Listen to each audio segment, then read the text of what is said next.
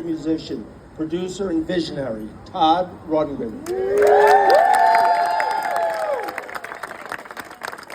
Born in 1948 in Upper Darby, Pennsylvania, Todd's journey in music has been nothing short of extraordinary, leaving an indelible mark on the fabric of rock and pop music. His time in Woodstock, a town synonymous with the counterculture movement, played a pivotal role in shaping his artistic identity. Todd's early career was profoundly influenced by the Cultural Revolution of the 1960s. He became a prominent figure in the Woodstock music scene, which not only celebrated the power of music, but also embodied the ideas of peace, love, and music. In 1969, Todd's band Nas gained national attention for their innovative sound and great songwriting. However, it is his solo career that truly showcased his talents and unique vision. In 1970, he released his landmark album, Runt, which included the hit single, We Got to Get You a Woman. Yeah, baby. This album marked the beginning of his exploration into diverse musical styles, from rock and pop to soul and progressive music. Todd's artistic exploration mirrored the free-spirited atmosphere of our town, Woodstock, where musicians were encouraged to experiment and push boundaries. His creativity flourished further when he established Utopia Studios in 1972. Located in Bearsville, New York, this state-of-the-art recording facility became a sanctuary for artists seeking to create groundbreaking music. Utopia Studios was not just a place to record, it was a hub of collaboration where Todd worked with various artists, including the likes of Meatloaf, XTC, and the New York Dolls. And Sparks. Yes. His innovative production techniques and keen ear for detail helped shape the sound of many iconic albums. As a member of the band Utopia, formed in 1974, Todd continued to challenge musical norms and explore new genres. Utopia blended rock, jazz, and electronic music, creating a sound that was both unique and influential. The band was known for their elaborate live performances, showcasing Todd's prowess as a multi-instrumental and a visionary. Throughout his career, Todd has exemplified the spirit of artistic independence and innovation. He has not only produced music, but has embraced technology to enhance the creative process. His ability to evolve with the changing landscape of the music industry has kept him relevant for decades. Todd's contribution to music and culture, particularly during his time in Woodstock and at Utopia Studios, has left an enduring legacy. He is a true pioneer, reminding us that music is not just a form of entertainment, but a powerful medium of expression and change. Today we celebrate Todd Rundgren, a brilliant artist whose journey continues to inspire generations. Todd's legacy is a testament to the power of artistic expression, reminding us that music can unite and inspire, much like the spirit of Woodstock itself.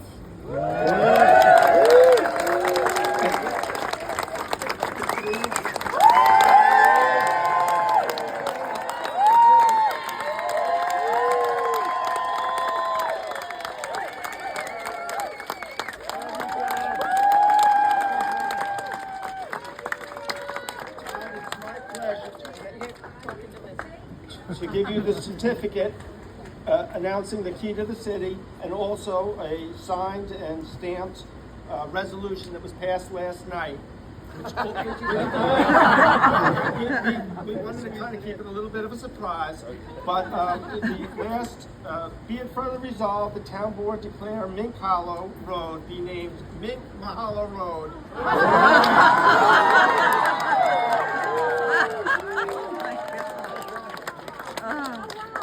Oh no. Pull it out there.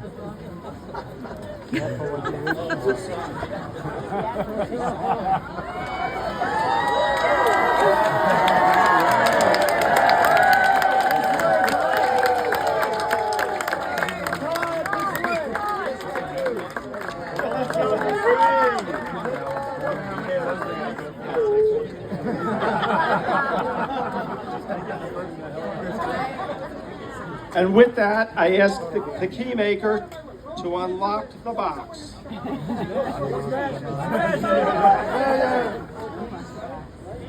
Smash it! Smash it!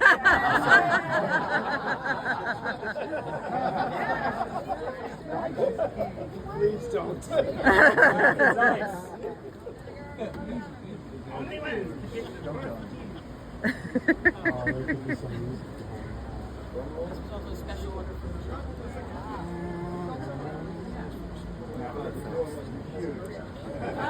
Oh my God!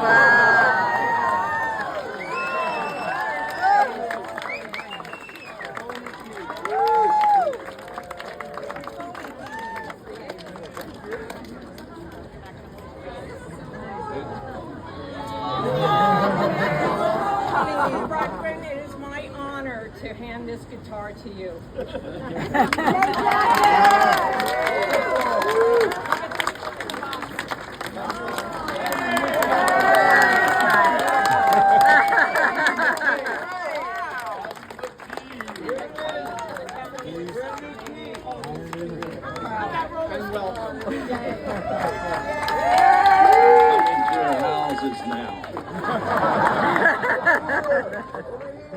But only to cook something in your kitchen. I'll leave you some. So next I'm going to ask Senator Michelle Hinchy, our Senate State Representative, to come up and make a Hello, everyone! What a beautiful day! And I don't mean the weather, I mean this, and this incredible moment. It is absolutely beautiful. I was going to say maybe I should stay up here. It's really an honor to be here. For those who don't know, I am State Senator Michelle Hinchy, and thank you. Thank you. And this is my home away from home. My first job was here in Bearsville Theater. I grew up on the music and the legacy of Woodstock and people like Todd who were so instrumental in allowing me and my generation to learn and understand creativity, to understand the freedom of expression through music, to see the icons that we got to grow up with and cherish. And I just want to say a huge thank you for being such an incredible part of the fabric of our community. We are a beautiful and special place made even more robust and vibrant because of the legacy of you and all of your partners in this work. And not to mention the work that you do for the next generation of musicians, inspiring people every day with musical instruments, and it's incredible. And so on behalf of my office and the state of New York, we would like to present you a New York State Senate proclamation marking today and a wonderful, beautiful day.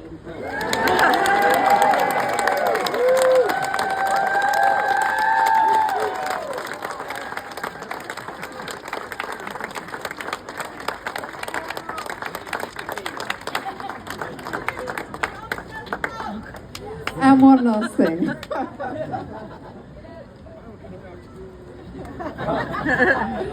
You can see we did rehearse this, can't you? So Todd, there's just one last thing that we want to do with you on our property, and that is we're going to put up the famous blue plaques that you see around the world.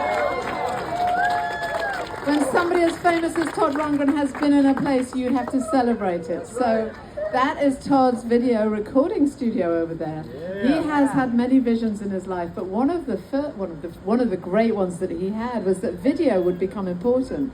It wasn't just some kind of new technology. It was going to become the only way, unless you were seeing live, it would be the only way that you would really enjoy music. So Todd thought of that in 1979, I think. That was when Albert Grossman built the studio. There's a long history of that. You should, if you get a chance to talk to him, he'll tell you some of the history of it. But this is going to go up on that building over there for a permanent record of Todd's contribution to Bearsville.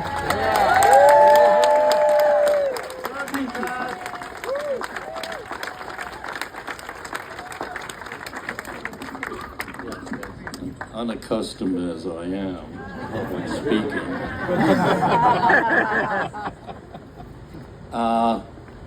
You know, when I came to Woodstock, it wasn't kind of one of these things where I said I long to live in Woodstock. It's just, you know, Woodstock was Woodstock, and I was kind of just tired of living in the city, and I wanted to have a little peace and quiet, and someone found a house for me, and it happened to be up here. So I had an experience of Woodstock before, but it was kind of almost chance that I wound up in this area, in the first house that I ever owned, and it made me a different person. Just kind of, one of the things about it is the setting that we're in, and I was up on a mountainside right next to the state land, so there was nobody behind me, and I got to know myself much better just from being here and taking advantage of the isolation and the communing with nature and such. So before there was a Woodstock, there was this place, and that's a thing that we always have to sort of recognize, you know, the natural setting that's here and how remarkable that is. And I think that was probably the original attraction for people to come up here, like the Bird Cliff Art Colony and things like that. People came here because of the feeling that this particular setting gave to them. And that's a thing that no matter whatever other changes happen, you know, I'm unlikely to move back to Woodstock, I'm afraid, but I live in Hawaii.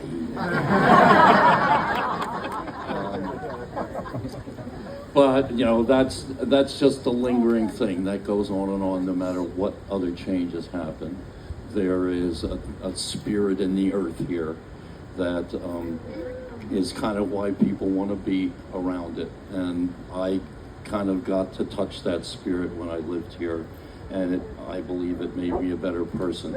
And I think in that regard, the more time you spend in a place like Woodstock, the more of a whole person you become, and the more that you appreciate, you know, what we've been given, you know, our planet and such. And so, more than anything, you know, I've seen the changes come through the town. I've seen it go when music became moribund, no live venues or anything like that for a while, and now hopefully this is part of a rebirth of music in Woodstock, and maybe more live venues will open up, and it'll be kind of more like the place when I first moved here, where there were lots of music venues, and it was really, you know, the focus of, you know, the world kind of wondered, what's going on in Woodstock? Why are so many musicians there? And I think, you know, it's because of the reasons I just expressed,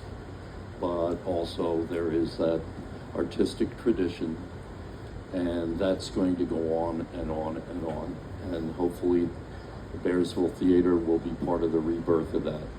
And otherwise, I got nothing else to say. I'll be in your kitchen.